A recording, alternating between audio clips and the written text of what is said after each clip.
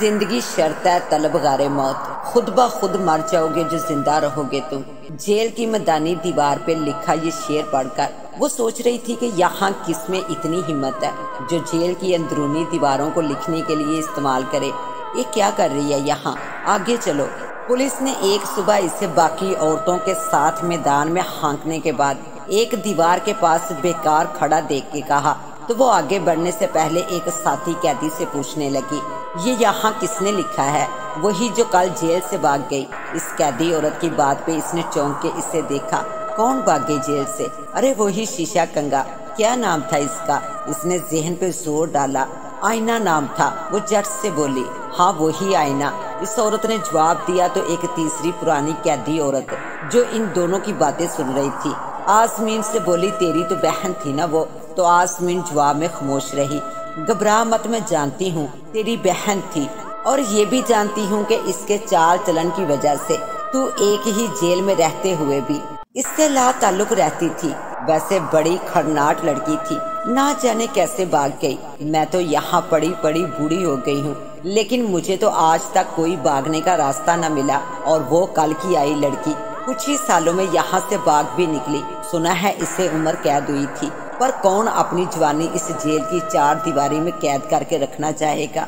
हाय काश मेरे पास भी इतना ही अयार दिमाग होता तो मैं भी कहाँ रहने वाली थी यहाँ। पर वो तो ऐसी शातिर निकली कि जिनके साथ उठती बैठती थी इन्हें भी अपने मंसूबे की कानों कान खबर तक ना होने दी। किसी और को ना सही अपनी बहन को तो ले जाती, पर ना जाने क्या चक्कर चलाया इसने कि रातों रात गायब हो गई जेल से। कोई सबूत तक छोड़ के नहीं गई अपने फरार के और तरीकेकार का। जैसे इसे या तो जमीन खा गई या आसमान निकल गया। वो औरत अपनी ही धुन में बोले जा रही थी और आसमीन ये सोच रही थी कि बिल आखिर आईना जेल से फरार होने में कामयाब हो ही गई। शुरू में तो इसने आसमीन को भी बरगलाने की बहुत कोशिश की थी, लेकिन आसमीन जो पहले ही अपनी नानी की बातों में आकर अपना मुस्तकबिल दाव पे लगा चुकी थी और 9 साल कैद की सजा भुगतने को दिल से तैयार हुई थी, अब अपनी बहन के बहकावे में नहीं आ सकती थी। वो तो अभी तक अपने गुनाहों पर यकीन नहीं कर पा रही थी कि इसने कैसे अपनी तलीम और रोशन मुस्तकबिल की लालच में इन मासूम लड़कियों को अगवा करके अपनी जादूगर नानी के हवाले करके उल्टा अपना मुस्तकबिल तरीह कर दिया था। अफसोस तो ये था कि इसके हाथों अगवा शुदा लड़कियों में से कुछ को तो अपनी जान से हाथ भी धोना पड़ा था, और अगर वो बर वक्त खुद को पुलिस के हवाले करके अपनी नानी और बहन को गिरफ्तार करवा के इन बाकी बची लड़कियों को बाजियाब ना करवाती तो इन सब की मौत की जिम्मेदार भी वही होती। हालांकि वो इस बात से कतई अनजान थी कि इन अगवा की जाने वाली नौजवान लड़कियों को इसकी नानी एक जादू में मारने वाली है। लेकिन जो लड़कियां मारी जा चुकी थी, जाने अनजाने में इनके खून से इसके अपने हाथ भी रंगे गए थे। वो नल के नीचे अपने हाथ रगड़ रगड़ के धोते हुए सोच रही थी कि ना जाने ये रंग कभी जाएगा भी या नहीं। इसका ज़मीर इसे सोते जागते आईना दिखाता था। इसकी बहन आईना से जेल में किसी भी किस्म का राब्ता ना रखने का इसका फैसला दुरुस्त था। वो इसकी जुड़वा बहन जरूर थी, लेकिन इसकी तरह नहीं सोचती थी। इसे ना तो पढ़ाई में दिलचस्पी थी, ना ही मेहनत करके हलाल रिज़्क कमाने में। वो तो जादूगरनी नानी की नवासी होने और अपने कदीम बंगाली काले जादूगर अजदाद की नस्ल निकल आने पर बेहद खुश थी। शॉर्टकट से पैसे कमाने का ख्याल ही इसके लिए बहुत दिलचस्प था। इसे हराम हलाल के फर्क में भी कोई दिलचस्पी नहीं थी। ना इसे अगवा की गई लड़कियों की मौत से कोई फर्क पड़ता था और ना ही जेल की सजा से। वो जेल से भागकर बंगाल जाने के मंसूबे बनाती रहती थी। अयाना की इन्हीं सोचों के चलते आसमीन ने इससे मुकम्मल तौर पर ताल्लुक खत्म कर लिया था। वो अपनी सजा ईमानदारी से भुगतना चाहती थी ताकि बाहर निकलकर फिर से एक बेहतर जिंदगी शुरू कर सके और शायद खुदा भी इसे माफ कर दे। अयाना की अपनी सजा की मुद्दत पूरी होने से पहले ही जेल से फरार होने की खबर ने आसमीन को परेशान कर दिया था। वो अपनी बहन से कोई खास जज्बाती लगाव तो महसूस नहीं करती थी, लेकिन वो इसके गलत इरादे से वाकिफ होने की वजह से इसे दुनिया के लिए खतरनाक करार देती थी और नहीं चाहती थी कि अब इसके या इसकी बहन की वजह से इनके इर्द गिर्द के लोगों को कोई नुकसान पहुंचे। इसने इंक्वायरी के लिए तलब किए जाने पर भी यही सब कुछ कहा था। अयाना से ला ताल्लुक ही नहीं बल्कि आजमीन बाकी कैद औरतों से भी गैर जरूरी गुफ्तगू से गुरेज करती थी, क्योंकि जेल में ज्यादातर अनपढ़ और मुजरम औरतें ही थी। वो इनको पढ़ाने वाली बहुत मुख्तसर सी टीम का हिस्सा होने और अपने रख रखाव की वजह से जेल जैसी बदनाम जगह पर काबिले एहतराम समझी जाने लगी थी। इसके अच्छे बर्ताव को देखते हुए इसकी कैद की मुद्दत कम कर दी गई थी। वो जिसकी सजा वादा माफ गवाह बनने की वजह से पहले ही अयाना से कम थी, अपने अच्छे चलन की वजह से अनकरीब जेल से छूटने ही वाली थी कि उम्र कैद की सजा पाने वाली इसकी बहन इससे पहले ही जेल से फरार हो चुकी थी और वो इस बात से काफी फिक्रमंद थी। कागजात पे दस्तखत करके इसने सामने बैठे 3 अशखास में से एक को थमा दिए और इस शख्स ने पैसों से भरा ब्रीफ केस आसमीन के हवाले कर दिया। घर के बाहर खड़ी वो इस पे एक आखिरी नजर डाल रही थी जब इंस्पेक्टर दिलावर प्रॉपर्टी डीलर्स को रुखसत करके आसमीन के पास चला आया। वैसे अगर तुम कुछ अरसा और इंतजार कर लेती तो इस घर के अच्छे दाम मिल जाते। मुझे तो खबर भी नहीं थी कि ये घर मेरे नाम पे खरीदा गया था, ना कि अयाना या नानी के नाम पे। मेरे लिए तो फिलहाल ये रकम भी बहुत बड़ी है और ये सब कुछ आप ही की वजह से मुमकिन हुआ है। आसमीन पुरतश्कर नजर आ रही थी। आसमीन, तुम्हारी बहन अयाना की तबीयत में वो ठहराव और समझदारी नहीं थी जो तुम्हारी तबीयत में थी, और शायद इसी बात को देखते हुए ही तुम्हारी नानी ने ये घर तुम्हारे नाम खरीदा था। लेकिन इस बात से तुम दोनों को अनजान रखा ताकि कोई नया फसाद ना पैदा हो जाए, क्योंकि वो अपने नाम से तो पाकिस्तान में जायदाद खरीद नहीं सकती थी कि इसके पास खुद को पाकिस्तानी शहरी साबित करने के कोई कागजात नहीं थे और ना वो दुनिया की नजरों में आना चाहती थी। वैसे बंगाल जाने की कोई खास वजह? इसने आसमीन से पूछा। अयाना का जेल से फरार होने का मकसद अपने खानदानी मकरूह पेशे को अपनाना है, जो कि बदकिस्मती से मेरा भी खानदान था, मगर मैं इनकी किसी भी गलत रोश से इत्तेफाक नहीं रखती। लेकिन अयाना अगर कहीं मिल सकती है तो वो बंगाल है। मैं अपने लिए एक बेहतर और हलाल जिंदगी चाहती हूँ। यूँ तो मुझ पर अपनी इस बहन के किसी भी फेल की जिम्मेदारी नहीं, लेकिन एक माँ का खून होने के नाते मैं एक बार दुनिया को इसके हाथों नुकसान से बचाने की कोशिश तो कर ही सकती हूँ। भले ही इस अमल में मेरे कुछ साल मजीद लग जाएं, लेकिन अपनी सजा की मुद्दत कम होने का फायदा उठाने में कोई मुसाका नहीं। इसने अपने इरादे से इंस्पेक्टर दिलावर को आगाह किया। ऐसा है, फिर तो तुम्हारी सजा की मुद्दत कम होना हमारे लिए भी काफी सूदमंद रहेगा। मेरी नेक तमन्नाएं तुम्हारे साथ है। वहाँ की पुलिस के बारे में तो मैं कुछ नहीं कह सकता, लेकिन अगर यहाँ पाकिस्तान में तुम्हें किसी किस्म की मदद की जरूरत हुई तो मैं तुमसे तावन करने के लिए तैयार हूँ। इंस्पेक्टर दिलावर का शुक्रिया अदा करके वो वहाँ से चली गई और वो सोचने लगा कि सालों पहले मुलाकात वाली आसमीन और आज की आसमीन में कोई खास फर्क नहीं आया कि वो कल भी अपनी मर्जी की मालिक थी और आज भी अपनी मर्जी की मालिक है। बस अब इसे अच्छे और बुरे की पहचान हो गई थी, और ये जेल की सजा की बदौलत नहीं बल्कि इसके ज़मीर की सजा की बदौलत मुमकिन हुआ था। इसके एहसास जुर्म ने इसे तौबा करने में मदद करके इसकी शख्सियत में एक निखार पैदा कर दिया था। पाकिस्तान में रहते हुए इसने कभी सोचा भी ना था कि इसका बंगाल से ताल्लुक इसे कभी हिंदुस्तान भी ले आएगा। वो दिल्ली से वेस्ट बंगाल जाने वाली एक ट्रेन में बैठी अपनी पिछली और आने वाली जिंदगी के ताल्लुक पे गौर कर रही थी। बंगाल की हदूद शुरू हो चुकी थी। अयाना को ढूंढ निकालने का मकसद अपनी जगह, लेकिन वो अपनी खानदानी तारीख को खोजने के तजस्सुस में यहाँ चली आई थी। इसे इस बात पे यकीन ना था कि वो बंगाली जादूगरनी इसकी सगी नानी थी, और ना ही इसे अयाना की जेल में सुनाई गई अपनी माँ और 9 खालाओं के जादूगरनी होने के जुर्म में जिंदा जलाए जाने वाली कहानी पे यकीन आता था। इसने तय कर लिया था कि वो जेल से रिहा होते ही एक बार तो बंगाल अपनी सच्चाई की खोज में जरूर जाएगी। और जब से बंगाल की ये हरियालियाँ शुरू हुई थी, इसके दिल ने अजब अंदाज में धड़कना शुरू कर दिया था। अब तक गुजरी जिंदगी के सफर की यादें इस रेल के सफर में इसकी वाहत साथी थी। यतीम खाने से शुरू हुई इसकी जिंदगी इसे कहीं दूर माजी में ले गई, जहां वो खुद को बचपन से लेकर जवान होता देख रही थी।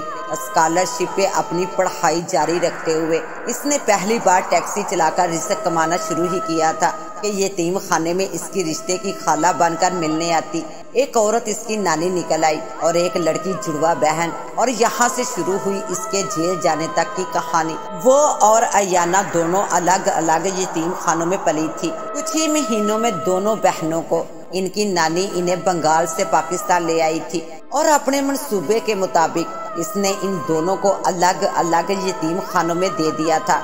एक में इसने खुद को एक बच्ची की माँ की सहेली और एक बच्ची की मजबूर गरीब खाला ज़ाहिर किया था। वो सालों गुमनामी की जिंदगी गुजारने के साथ साथ इन दोनों से यतीम खाने मिलने आती रही और अपनी नवासियों के जवान होने पर अपने और इनके रिश्ते की सच्चाई बयान करके इन्हें वहां से निकाल ले गई थी। इनके अलग अलग हॉस्टल्स में रहने के बंदोबस्त किए और फिर एक दिन इन दोनों बहनों को भी एक दूसरे से मिलवा दिया। आजमीन, जो कि हमेशा से पढ़ाई में अव्वल रही थी, अपने मुस्तकबिल और आला तालीम को लेकर फिक्रमंद रहती थी और यही इसकी जिंदगी की सबसे बड़ी चूक हो गई जब इसने अपनी नानी की दी लालच में आकर एक मुआहदे के चलते लड़कियों को अगवा करके अपनी नानी के हवाले कर दिया, जो इसको बताई गई बात के मुताबिक बस एक मामूली से जादू अमल का हिस्सा बनने के बाद आजाद कर दी जानी थी। लेकिन हकीकत इसके बरखिलाफ और नहायत खौफनाक थी।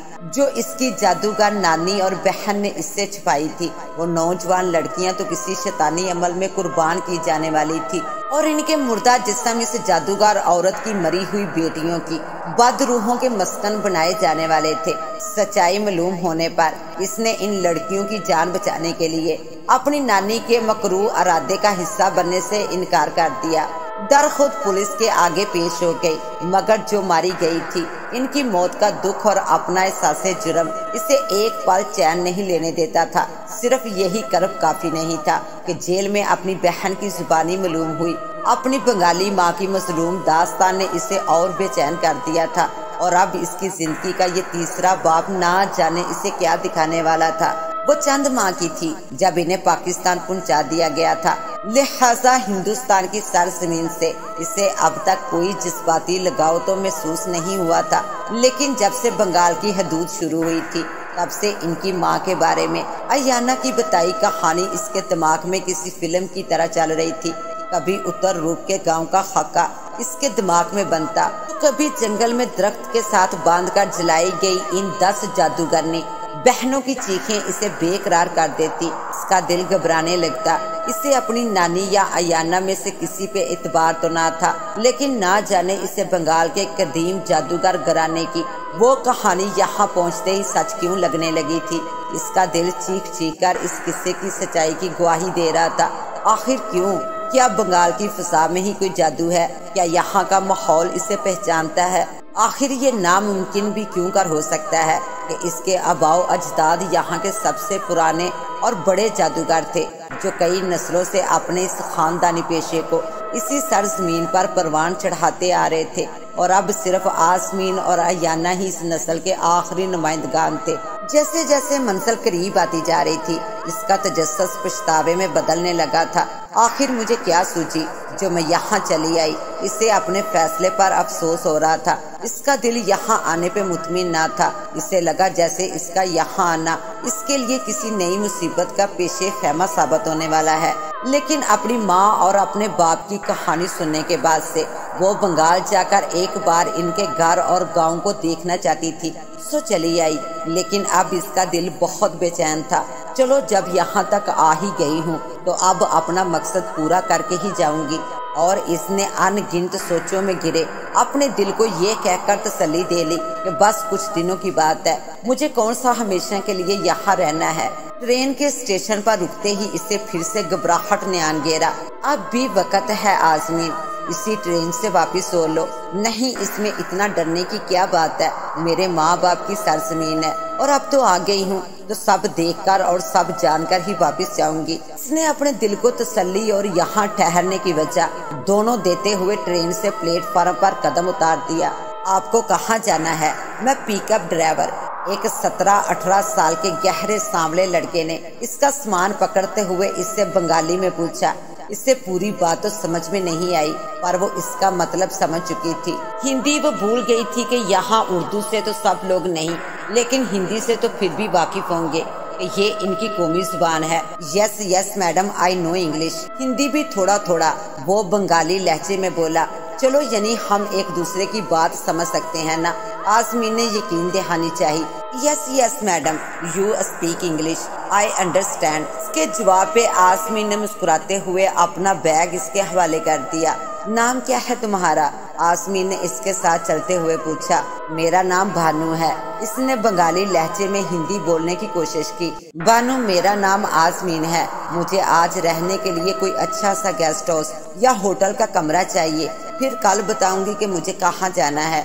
तुम किसी शख्स का बंदोबस्त कर सकते हो जो बंगाल की सब जगहों से वाकिफ हो? आसमीन ने पूछा तो भानु बोला, मैडम मैं सब बंगाल जानता हूँ, मैं ड्राइवर भी हूँ और गार्ड भी। आपका होटल का भी सब देख लूंगा, आप फिक्र ना करो।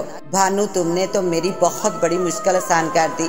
पैसे कितने लोगे? आसमीन ने सोचा कि कहीं ये पैसे के लालच में ही सब कुछ करने को तो तैयार नहीं हो गया।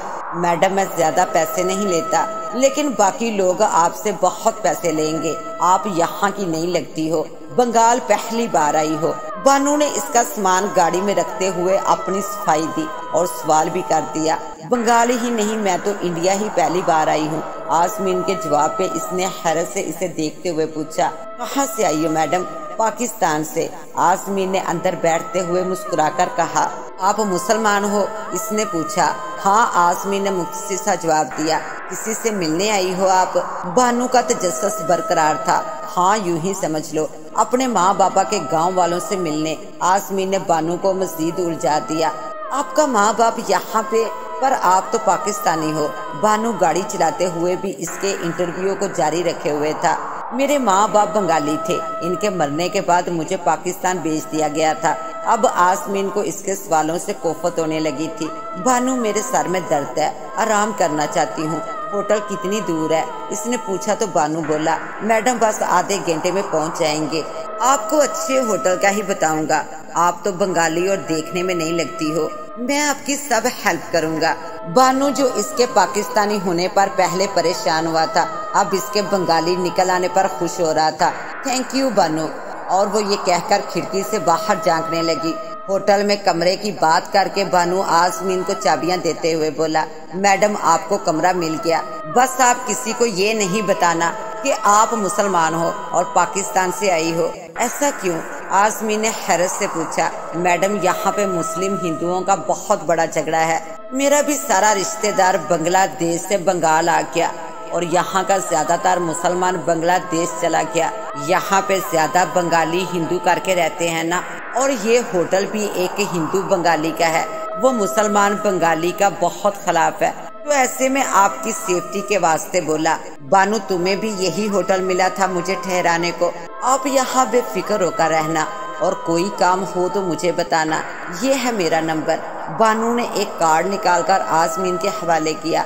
आसमीन ने हैरत से कार्ड पकड़ा, जिसके एक तरफ बंगाली और दूसरी तरफ इंग्लिश में भानु का नाम, फोन नंबर और पेशा दर्ज था, गाइड, ड्राइवर, मैकेनिक। इसने आखिरी लफ्ज अदा करते हुए भानु को सवालिया नजरों से देखा।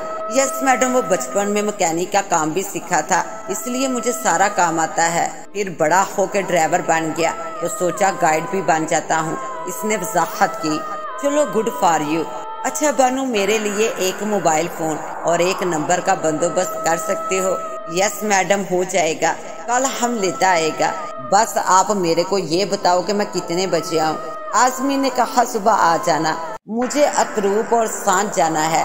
मैडम, ये मेरे को मालूम नहीं कहाँ पे है। इसने सर खुजाते हुए सोचा।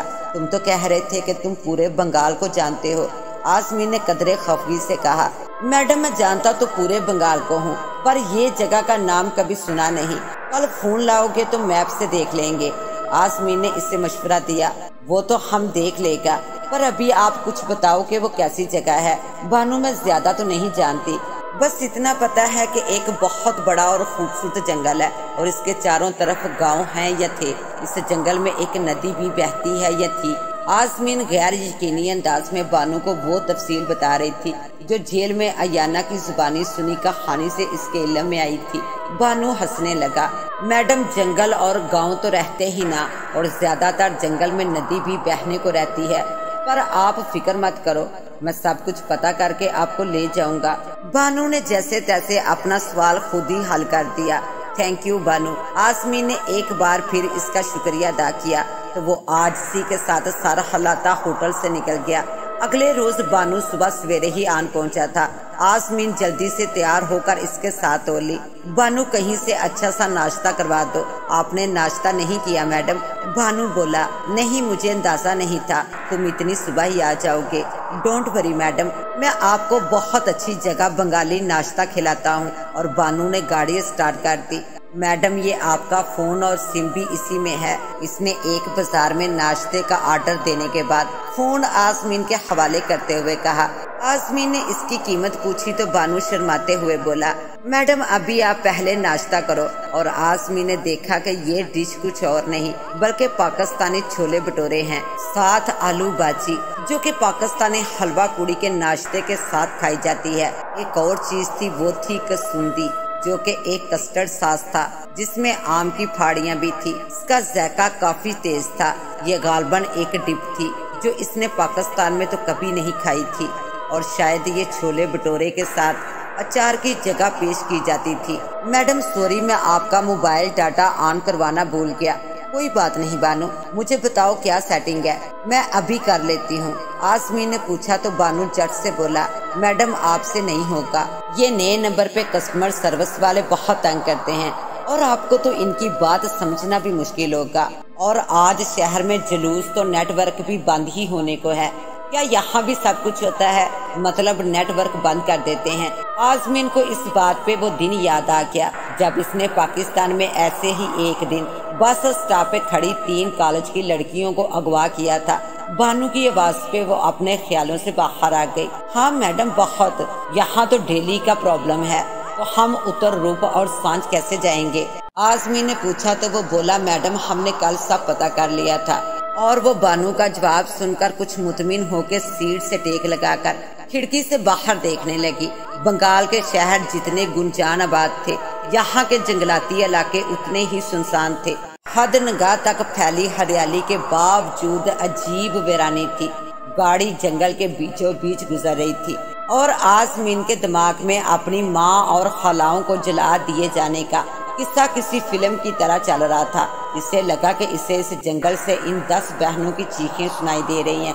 वो घबरा गई। ये इलाके कुछ ज्यादा ही वीरान नहीं? मैंने सुना था कि बंगाल के जंगलों में तो शेर, चीते, हाथी भी खुले आम घूमते हैं। आसमीन ने पूछा, मैडम टाइगर वैगर तो आपको ज्यादा करके वेस्ट बंगाल के जंगल में देखने को मिलता, लेकिन अभी आप नॉर्थ बंगाल में आई हैं, यहाँ भी कुछ हाथी और हरण देखने को मिलता। अच्छा, इस जंगल में मोर भी हैं? इसने दिलचस्पी से पूछा। हाँ, और बहुत मोर रहते हैं। बानू इसे इस जंगल के बारे में मालूमात देता रहा और वो इस खूबसूरत और हरे भरे जंगल के शहर में खोई रही। इसका बस नहीं चल रहा था कि वो गाड़ी रुकवा के जंगल में भागती चली जाए कि तभी इसे एहसास हुआ कि वो यहाँ एक अजनबी के साथ अकेले चली आई है, बिना सोचे समझे। बेशक वो इससे 10-12 साल छोटा सही, लेकिन फिर भी इसे अपने तहफ़्फ़ुज़ से इतनी लापरवाही नहीं बरतनी चाहिए थी। इसने अपने जहन से इस बात को झटकते हुए बानू से पूछा, बानू हम पहले कहाँ जा रहे हैं? मैडम आपने वो सांझ करके एक गांव बताया था ना, तो हम वहाँ पहले जाते हैं। बानू ने इसे जवाब दिया। कितनी दूर है? बस मैडम पहुँचने ही वाले हैं। कुछ ही देर में गाड़ी एक नहायत वीरान गांव में पहुँची, जहाँ उजड़े टूटे काले घर थे, जैसे यहाँ कोई बहुत बड़ी आफत गुजरी हो। मैडम यही है सांझ गांव, बानू बोला तो वो गाड़ी से नीचे उतरकर इस वहशतज़दा उजाड़ गांव को तकने लगी। यहाँ कोई रहता नहीं क्या? आसमीन के सवाल पे बानू बोला, नो मैडम, कल जब मैं इस गांव का पता लगाया तो मालूम होने को आया कि बहुत साल पहले इस गांव को आग लगने से सारा गांव जल गया था। सब लोग इसे भूतिया गांव कहते हैं कि इस गांव के सब लोग भी एक मैदान में एक साथ जल के खत्म हो गए। कोई भी नहीं बचा था, घर भी और लोग भी। मैं फिर भी आपको लेके इधर आ गया कि आप मेरे को ये ना बोलो कि तुम झूठ बोलते हो कि ऐसा कोई गांव है ही नहीं। आप खुद अपनी आंखों से देख लो। बानू अपनी सफाइयाँ दे रहा था और खुद को आसमीन का बेहतरीन गार्ड साबित करने की गरज से बिला चूच रहा इस उजाड़ गांव ले आया था। लेकिन आसमीन इन जले हुए मकानों और मैदानों को दहशत ज़दा सी होकर देख रही थी, यानी कि इसके माँ बाप के साथ होने वाली कहानी झूठी नहीं थी। सांझ आज से 27 साल पहले वाकई जल के खत्म हो चुका था। दिन का वक्त था, लेकिन मानसून के मौसम ने आसमान काले घटाओं से ढक रखा था कि तभी बादल गरजने की जोरदार आवाज से आसमीन पे एक अनजाना सा खौफ तारी होने लगा। चलो बानू, इसने पिकअप की तरफ बढ़ते हुए कहा। तो बानू भी फर्मा बरदारी से इसकी बात मानते हुए ड्राइविंग सीट पर आन बैठा। आसमीन खिड़की से इस जले हुए गांव को, जो वाकई ही सेफ ज़दा नजर आता था, तब तक देखती रही जब तक गांव की हदूद खत्म नहीं हो गई। गांव के किनारे इसकी नजर एक छोटी सी लाल मस्जिद पर पड़ी, जो बिल्कुल सही सलामत थी। तो गोया यही वो मस्जिद थी जिसमें इसके बाबा ने इसकी माँ को मुसलमान करने के बाद निकाह किया था। खुदा की शान, पूरा गांव मकानों और खेतों समेत जल चुका था, माँ सिवाय एक मस्जिद के। वो सोच रही थी कि तभी इसे लगा कि मस्जिद के दरवाजे में कोई खड़ा है। वो रोशन लिबास में कोई नौजवान था जो आसमीन की जानब ही देख रहा था, और देखते ही देखते वो तेज रोशनी में बदलता हुआ नजरों से ओझल हो गया। आसमीन अपनी आंखें खोले इस गैर मामूली मंजर को देख रही थी, लेकिन अब वहाँ कुछ न था। इसका वहम नहीं था, यकीनन इसने वहाँ एक खूबसूरत नौजवान को देखा था जो रोशनी के हेवले में तब्दील होकर वहाँ से गायब हो चुका था। और तब तक गाड़ी इस मस्जिद से इतनी दूर जा चुकी थी कि अब मस्जिद के आसार भी धुंधला गए थे। गाड़ी इस खूबसूरत जंगल के बीच से गुजरती हुई अतरूप की तरफ रमा दवा थी कि बारिश बरसने लगी। जंगल का कच्चा रास्ता और काली घटाओं से छाया अंधेरा जंगल के घने दरख्तों के साथ मिलके रात का समा पेश करने लगा था। बानू समझ नहीं पा रहा था कि रास्ता किस तरफ मुड़ रहा है। गाड़ी के हेडलाइट्स में वो एहतियात से आगे बढ़ रहा था। रास्ता काफी खराब था और फिर गाड़ी चलते चलते अचानक बंद हो गई। बानू ने लाख कोशिश की, लेकिन गाड़ी स्टार्ट होके नहीं दे रही थी। वो गाड़ी से उतरकर वजह दरियाफ्त करने लगा। आसमीन इस खूबसूरत जंगल और जंगल की बारिश से निखरती इस जंगल की हरियाली में सहर ज़दा सी बैठी थी। ये जगह इसकी सोच से भी ज्यादा खूबसूरत थी। वो जंगल के मानसून से लुत्फ अंदोज हो रही थी कि बारिश अचानक रुक गई, लेकिन दूर कहीं अब भी बादल गरज रहे थे। वो भी गाड़ी से नीचे उतर आई और बानू से पूछा, क्या हुआ, कोई सीरियस इशू है? No madam, no serious issue. मेरे को तो इशू ही नहीं लग रहा, लेकिन गाड़ी आगे जाने को दे नहीं रही। उत्तर रूप यहाँ से पैदल कितनी दूर है? आसमीन ने पूछा। मैडम ज्यादा नहीं, बस थोड़ा आगे को है। तो मैं पैदल जा सकती हूँ? अगर हम पैदल जा सकते हैं तो चलो फिर चलते हैं, शायद वहाँ से कोई मदद मिल जाए। अभी आसमीन ये कहकर आगे ही बढ़ी थी कि इसे अपने पीछे से एक नस्वानी आवाज सुनाई थी, मदद खुद हाजिर है मेरी जान। वो पलटी तो सामने अयाना बाहें खोले खड़ी मुस्कुरा रही थी। आसमीन ने सोचा ये कहीं इसका वहम तो नहीं, मेरे होते हुए तुम्हें किसी और की मदद की क्या जरूरत है। इसने आगे बढ़कर आसमीन को गले से लगा लिया, लेकिन आसमीन अब भी अयाना के यूं अचानक सामने आ जाने पर हिरानो परेशान खड़ी थी। मैडम आप इनको जानती हैं क्या? बानू ने आसमीन से पूछा। हाँ, ये मेरी दोस्त है।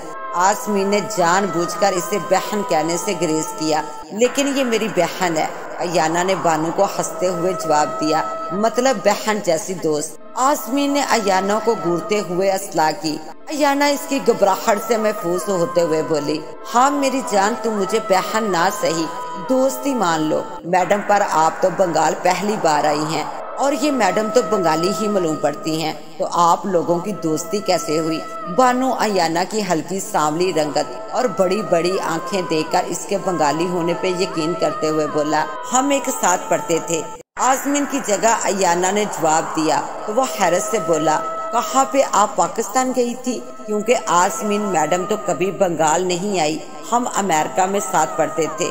अयाना ने साफ झूठ बोला। तो बानू मुतासर होकर आसमीन से बोला, मैडम आपने बताया ही नहीं कि आप अमेरिका भी गई थी। आसमीन इस बानू के फ्री होने पे इसको घूर के रह गई, जबकि अयाना हंसते हुए बोली, अरे आसमीन, तुमने अपने ड्राइवर को अपने बारे में पूरी तफसील क्यों नहीं बताई कि तुम कहाँ रहती थी, क्या करती थी, कहाँ पढ़ी, कहाँ पैदा हुई और कहाँ मरने का इरादा है? इसे बताना तो सबसे ज्यादा जरूरी था। वो मजाक उड़ाते हुए तनसिया हंस रही थी, जबकि आसमीन के साथ साथ अब बानू भी इसकी तरफ संजीदगी से देख रहा था। अयाना ने दोनों को इसे घूरते पाया तो हंसी रोकते हुए बोली, अच्छा चलो, अब हम यूं अचानक इत्तेफाक से मिल ही गए हैं तो आओ ना मेरे साथ। मैं यहाँ पास ही एक गांव जल माछी में रहती हूँ। आसमीन जानती थी कि अयाना का यूं जंगल के बीचों बीच इससे टकरा जाना कोई इत्तेफाक नहीं था, पहले से तरतीब किया कोई मंसूबा है। लेकिन इसे हैरत इस बात पर थी कि इसे इसकी आमद का पता कैसे चला। तुम मुझे अपना पता दे दो, अभी मैं उत्तर रूप जा रही हूँ, वहाँ से लौटकर तुमसे मिलने आऊंगी। आसमीन, जिसका यहाँ आने का अक्सर मकसद तो अयाना को ढूंढना और इससे बात करना था, जबकि सांझ और उत्तर रूप को देखना तो बस इसकी एक ख्वाहिश थी। लेकिन अब अयाना का यूं खुद इसके सामने इस तरह से चले आना इसे किसी खतरे का इशारा दे रहा था। आसमीन दिल ही दिल में घबरा गई थी, इसे अयाना पे कतई भरोसा नहीं था। अरे अब मैं मिल गई हूँ ना, तो उत्तर रूप क्या तुम्हें पूरा नॉर्थ बंगाल दिखा डालूंगी। फिलहाल तुम मेरे साथ चलो, यहाँ की बारिश का कोई भरोसा नहीं, बिल्कुल मेरी तरह, इसने जू मैनी अंदाज से कहा। और अयाना ने कदम बढ़ा दिया। तुम नहीं आओगे मेरे साथ? अयाना ने पलट के बानू की आंखों में झांकते हुए कहा।